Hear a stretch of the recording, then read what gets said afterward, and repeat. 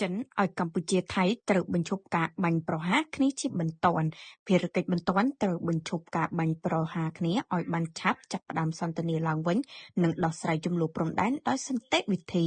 ហើយរីករាយក្នុងការបង្កើតលក្ខខណ្ឌឡើងវិញនិងផ្ដល់វេទិកាសម្រាប់ការសន្ទនានិងកិច្ចចរចារវាងភាគីទាំងពីរទាំងនេះជាខ្លឹមសារដែលជាឯកអគ្គរដ្ឋទូតចិនប្រចាំកម្ពុជាលោកវ៉ាន់វិនពីងផ្សព្វផ្សាយឲ្យដឹងក្រោយពេលលោកដិនស៊ីជុនមន្ត្រីបេសកជនពិសេសទទួលបន្ទុកកិច្ចការអាស៊ី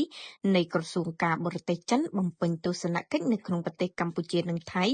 ដើម្បីសម្របសម្រួលឲ្យមានការបត់បាញ់ក្នុងចំនួនព្រំដែនកម្ពុជាថៃ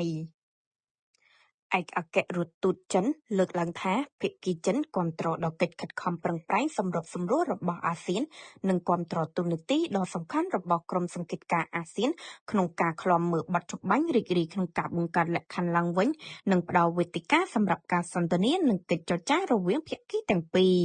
ចិនសង្ឃឹមថាកម្ពុជានិងថៃនឹងរួមដំណើរគ្នាបន្តទៅមុខខិតខំស្ដារទំនុកចិត្តគ្នាទៅវិញទៅមកនិងកសាងសន្តិភាពឡើងវិញតាមបណ្ដោយព្រំ